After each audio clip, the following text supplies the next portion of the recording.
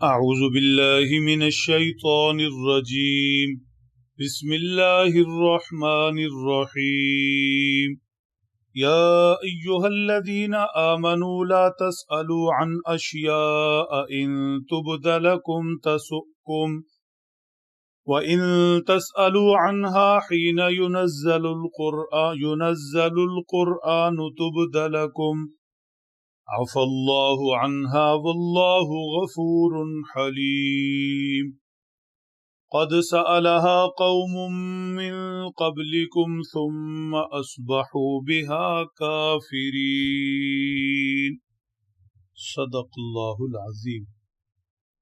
گزشتہ دو رکوع میں یہ بات واضح فرمائی گئی چیزوں کے حلال یا حرام قرار دینے کا اختیار اللہ جل شانہ کا ہے۔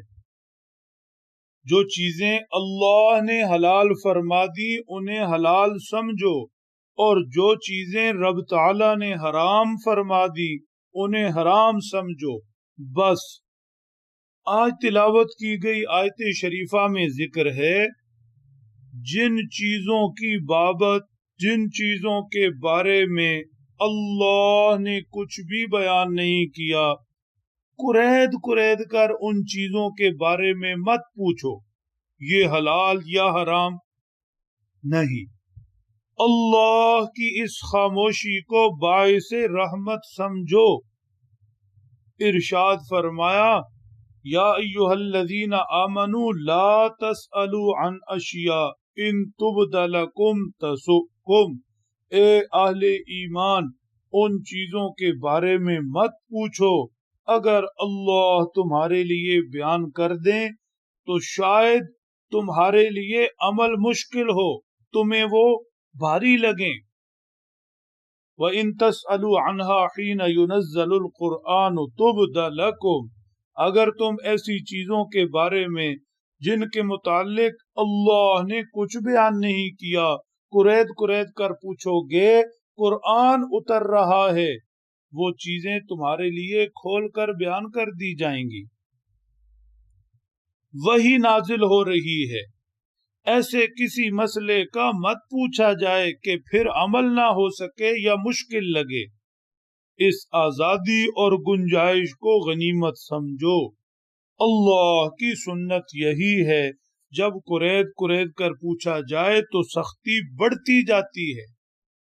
جیسے بنی اسرائیل کا قصہ ذکر ہے، حکم ہوا گائے ذبح کر دو، مقتول کے جسم پر مارو، خود اٹھ کر بتائے گا مجھے کس نے قتل کیا۔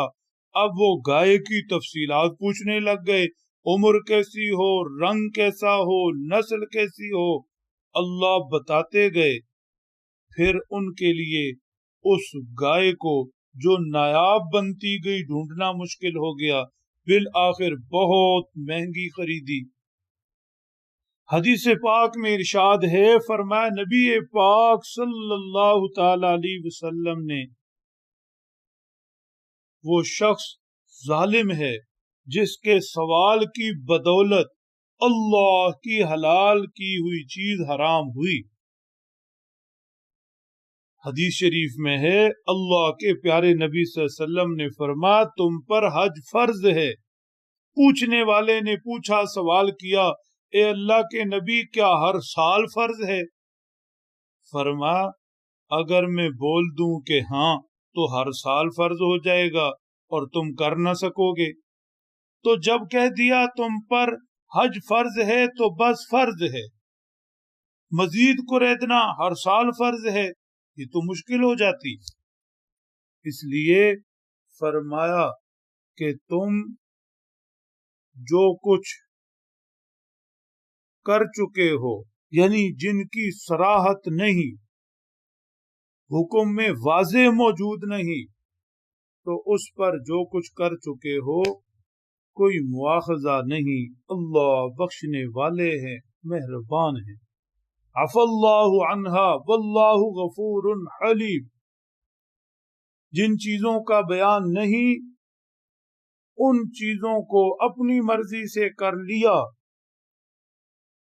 اگر وہ اللہ کی نظروں میں پسندیدہ نہیں بھی تھی تو اللہ نے درگزر کر دیا، اللہ بہت مہربان ہے۔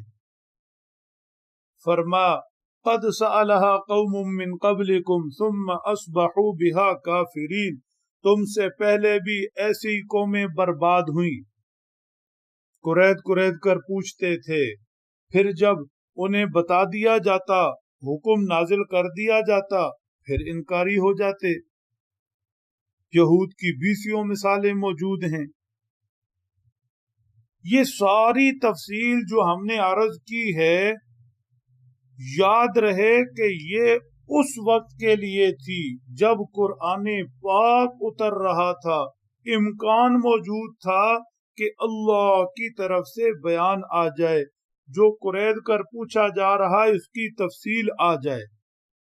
اب قرآن نہیں اتر رہا، وحی کا سلسلہ بند ہے، اللہ کے جو احکامات آنے تھے وہ آ گئے، مزید اترتے نہیں، لہذا اب سوال کرنا یہ آدھا علم ہے۔ فرما فَاسْأَلُوا أَهْلَ الذِّكْرِ إِن كُنتُمْ لَا تَعْلَمُونَ، اگر تم علم نہیں رکھتے، نہیں جانتے تو علم والوں سے پوچھو، سوال کا حکم ہے۔